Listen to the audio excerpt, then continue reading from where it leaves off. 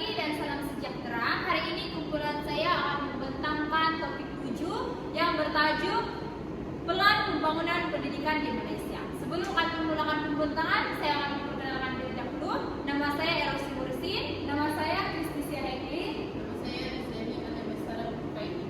Oke, baiklah, sekarang kami akan mulai membentang Pelan Pembangunan Pendidikan Malaysia. Ini adalah kandungan-kandungan yang terdapat dalam pelan pembangunan. Yang pertama ada objektif, yang kedua ada gelombang-gelombang PPM, gelombang pertama, kedua, dan ketiga. Dan yang ketiga ada 11 anjakan pelan pembangunan pendidikan Malaysia. Objektif yang pertama adalah untuk memahami prestasi dan cabaran sistem pendidikan Malaysia dengan memberi tumpuan kepada pendidikan dan meningkatkan standar ataupun kualiti pendidikan, merapatkan jurang pencapaian, seterusnya mengukuhkan perpaduan yang ada pendidikan di Malaysia. Dan yang seterusnya mewujudkan visi dan aspirasi yang jelas untuk semua murid. Dan yang ketiga, menggariskan program transformasi penting dalam kementerian bagi memenuhi permintaan dan harapan tinggi masyarakat untuk pendidikan di Malaysia. Seterusnya, misi Pelan Induk Pendidikan Malaysia adalah merintis pembaharuan, yaitu misi nasional. Seterusnya masuk dalam matlamat. Matlamatnya adalah menghasilkan pendidikan berkualiti untuk semua, menerusi penyediaan peluang pendidikan yang adil dan saksama, dan memberi perhatian khusus ke atas sekolah yang telah mencapai tahap cemerlang untuk ke tahap yang lebih tinggi. Teras strategik Pelan Induk Pembangunan Pendidikan ada 6 teras. Yang pertama adalah membina negara bangsa. Sebanyak 87,95% pencapaian yang telah dicapai. Yang tidak dicapai adalah beberapa faktor yang menyebabkannya tidak dicapai. Seterusnya, teras yang kedua membangunkan modal insan. Membangunkan modal insan hampir 100% dapat dicapai. Dan seterusnya, teras ketiga memperkasakan sekolah kebangsaan. Ini pun teras yang ketiga, pencapaiannya tidak 100% dapat dicapai pada ketika itu. Dan teras yang keempat, merapatkan jurang pendidikan. Ini adalah teras yang hampir 2% lagi yang diperlukan untuk mencapai teras ini. Dan teras yang kelima, memartabatkan profesi keguruan. 90,8% yang dapat dicapai dalam teras ini. Dan teras yang terakhir, yaitu teras yang keenam, melonjakkan kecemerlangan institusi pendidikan sebanyak 95,2% pencapaian. Terdapat beberapa faktor yang telah mempengaruhi teras-teras ini sehingga tidak 100% pencapaian dicapai pada ketika itu.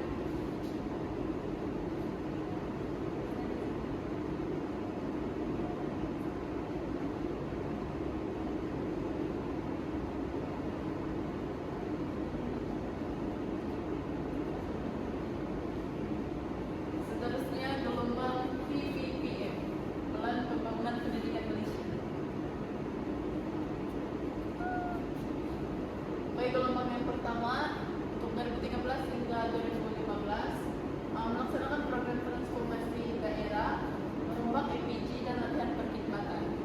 Seterusnya melaksanakan satu bestari ke semua sekolah, melaksanakan KESR dan Bahasa Melayu Malaysia SJK, mengumumkan praktikum dalam program vokasional, meningkatkan enrollment prasekolah dan sekolah menengah, mentransformasi kementerian dalam meletakkan pemimpin terbaik. Seterusnya mewujudkan pemimpin tua atau guru besar sekolah band 5, 6, dan 7. Seterusnya memperluaskan BINUS dan penguasaan kemahiran berbahasa Inggris, membina seorang kepesertaan pada lima kemahiran berpikir alas tinggi. Seterusnya meningkatkan standar pengajaran bahasa Melayu, bahasa Malaysia, bahasa Inggris, matematik, dan sains. Seterusnya mengumumkan gelombang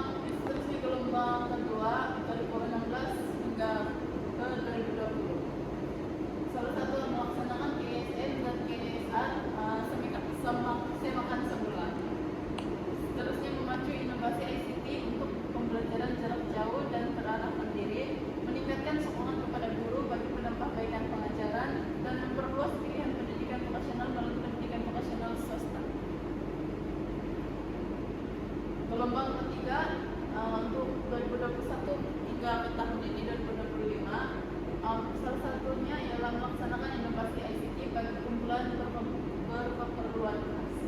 Seterusnya, memperkasa kementerian dan menginstitusikan transformasi melalui pengukuhan kemajuan kerjaya pegawai dan pegawai kementerian. Seterusnya, 11 ancaman Plan Pembangunan Pendidikan Malaysia.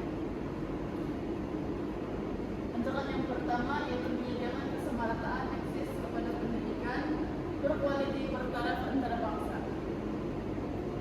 Salah satu ancaman yang dapat dilaksanakan dan berdasarkan KSSR dan KSSM fokus kepada tahap keberhasilan murid dan sistem pembelajaran yang baik, yaitu sistem pendidikan berprestasi tinggi supaya murid mempunyai daya saing di peringkat dunia, taraf dan global. Seterusnya, ancaman yang kedua, memastikan setiap murid menguasai kemahiran dalam bahasa Malaysia, bahasa Inggris, dan digalakkan mempelajari bahasa tambahan, contohnya bahasa Cina ataupun bahasa Tamil.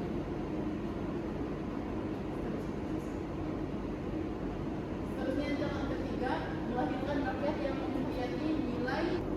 Seterusnya, ancaman yang keempat yaitu transformasi profesi perguruan menjadi profesi pilihan. Salah satunya melaksanakan amanat kerja guru berasas kompetensi dan prestasi mulai dari wadah kelas.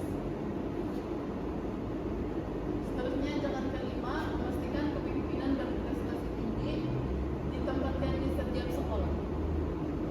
Kurikulum dan kurikulum serta lebih accountability terhadap meningkatkan keberhasilan murid. Ancaman keenam, mengupaya JPN, UPD, dan sekolah untuk menyediakan penyelesaian khusus berdasarkan keperluan. Memastikan 100% sekolah memenuhi keperluan infrastruktur asas menjelang 2015 berhubungan dengan Sabah dan Sarawak. Oke, ancaman yang ketujuh ialah memanfaatkan ICT bagi meningkatkan kualiti pembelajaran di Malaysia. Maksudnya murid-murid didedahkan dengan pembelajaran secara online. Lepas itu kerajaan boleh menyediakan Wan Starnet bagi 10.000 sekolah menjelang 2013. Oke. Seterusnya, anjakan 8, transformasi kebolehan dan keupayaan penyampaian kementerian. Contohnya, BPD diberikan kuasa untuk meluluskan aktiviti kokurikulum. Sebab untuk memperkukuhkan 50 hingga 200 jawatan kepemimpinan utama 2013. Next. Anjakan ke-9, bekerja sama dengan ibu bapa, community, dan sektor swasta secara meluas. Contohnya, murid-murid dari golongan B40 atau miskin boleh diberikan beasiswa dari sektor swasta untuk belajar di antarabangsa. Yang ke-10 ialah memaksimumkan keberhasilan murid bagi setiap ringgit. Maksudnya, kerajaan menyalurkan peruntukan kepada bidang kritikal seperti latihan guru. Contoh, latihan intensif guru dalam subjek matematik dan sains diadakan untuk meningkatkan keberhasilan pembelajaran murid. Anjakan yang ke-11 ialah ketelusan untuk accountability awam, yaitu menerbitkan laporan tahunan mengenai kemajuan Plan Pembangunan Pendidikan pada tahun 2013. Lepas itu, melaksanakan semakan komprehensif untuk memastikan relevansi pelan. Contohnya, KPM menerbitkan laporan terbuka tentang pencapaian KPI seperti prestasi murid dalam UPSR dan SPM. Tadi maksud saya KPM. Oke, seterusnya aspirasi sistem dan cabaran menjayakan PPPM. Apa cabarannya? Yang pertama, akses. Dari segi akses,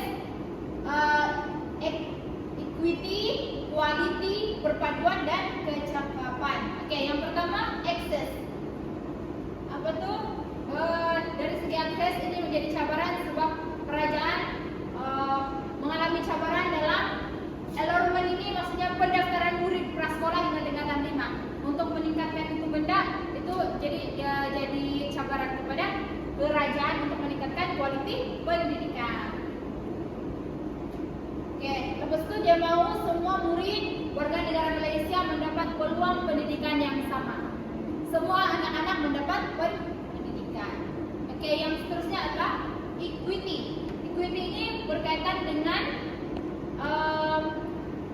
jurang pendidikan murid. Maksudnya semua murid perlu mendapat pendidikan tanpa mengira lokasi, jantina atau latar belakang sosioekonomi. Murid miskin kah, murid pendalaman kah, murid bandar kah, semua perlu mendapat pendidikan yang berkualiti dan sama rata tanpa mengira itulah. Jadi contohnya kerajaan memberikan bantuan makanan yaitu RMT, menyediakan buku teks, beasiswa untuk murid miskin. Oke, seterusnya adalah quality. Contohnya kerajaan mau pendidikan di Malaysia setara dengan negara maju untuk memastikan semua anak-anak mendapat peluang pendidikan yang terbaik. Contohnya Malaysia sekarang ini berada dalam kelompok 1/3 teratas dalam TIMSS dan PISF. Jadi untuk meningkatkan kualitas pendidikan atau pelajaran murid, kerajaan telah menyediakan latihan guru intensif untuk meningkatkan pencapaian matematik dan sains. Oke, seterusnya adalah perpaduan. Perpaduan sistem pendidikan yang menggalakkan murid berkongsi pengalaman dan aspirasi untuk memperkuat perpaduan nasional. Contohnya program kurikulum seperti sukan, aktivitas kebudayaan yang melibatkan murid berbagai kaum untuk meningkatkan perpaduan dalam kalangan pelajar yang berbilang kaum. Lepas itu 25% masa murid di sekolah digunakan untuk berinteraksi dengan rakan berbagai latar belakang. Yang kelima adalah kecekapan. Maksudnya memaksimumkan hasil murid dengan sumber yang disediakan. Contohnya pengagihan peruntukan berdasarkan keutamaan seperti meningkatkan latihan guru supaya murid itu murid mendapat pendidikan yang berkualiti apabila guru berkualiti. Terus penilaian tahunan keberkesanan program pendidikan dan penyediaan atau penyesuaian budget. Seterusnya aspirasi kemenjadian murid PPPM. Apa yang menjadi aspirasi kemenjadian murid adalah yang pertama adalah pengetahuan, yaitu murid perlu menguasai mata pelajaran teras, pengetahuan umum dunia, seni budaya, serta STEM, yaitu sains, teknologi, kejuruteraan, dan matematik. Contohnya, pelajar perlu memahami sejarah Malaysia, boleh menghasilkan proyek reka cipta teknologi, dan menghargai seni tradisional, contohnya batik. Seterusnya kemahiran dui bahasa. Kemahiran dui bahasa ini maksudnya pelajar seharusnya boleh berbahasa lebih dari 2 bahasa, yaitu bahasa selain daripada bahasa Melayu dan bahasa Inggris. Mungkin mereka perlu mempunyai bahasa tambahan, contoh bahasa Cina, bahasa Arab, bahasa Spanyol atau sebagainya. Contohnya pelajar perlu fasih menggunakan bahasa Inggris untuk pembentangan akademik dan mempelajari bahasa Mandarin untuk peluang perniagaan. Yang ketiga ialah kemahiran berpikir. Kemahiran berpikir ini perlu ada dalam sikap pelajar, contohnya mereka perlu ada sikap ingin tahu, berpikiran kritis dan inovatif untuk menyelesaikan masalah dan menghayati pelbagai perspektif. Contohnya pelajar boleh mencipta aplikasi mudah alih untuk mempermudahkan pembelajaran atau menangani masalah community seperti pengurusan sampah.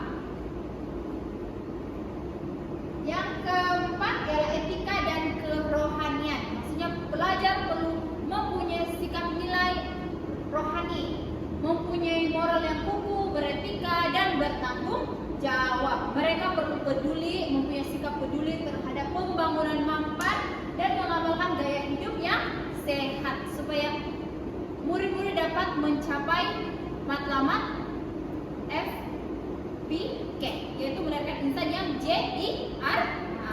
Oke, termasuk contoh pelajar menyertai kampanye kesehatan, memimpin aktiviti gotong royong atau menjadi sukarelawan untuk program bantuan. Oke, seterusnya yang kelima ialah kemahiran memimpin. Pelajar perlu mempunyai kemahiran memimpin, contohnya boleh berkomunikasi dengan baik, bekerja sama dalam pasukan, dan mempunyai semangat keusahawanan. Pelajar juga perlu mampu memimpin dengan tanggung jawab dan berkeyakinan atau keyakinan. Perlu ada dalam diri pelajar. Contohnya, pelajar boleh menjadi seorang ketua pasukan debat atau pemimpin proyek inovasi untuk meningkatkan pengetahuan komunikasi mereka. Yang keenam, ini ada yang terakhir, yaitu identiti nasional. Maksudnya, pelajar perlu mempunyai jati diri kebangsaan dan menghargai kepelbagaian budaya masyarakat dan memahami aspirasi negara untuk perpaduan Malaysia, perpaduan rakyat.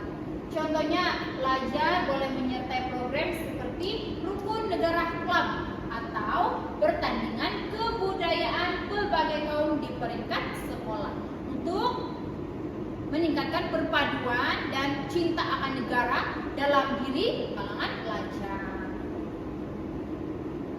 Oke, baiklah, itu sahaja pembentangan dari kumpulan kami.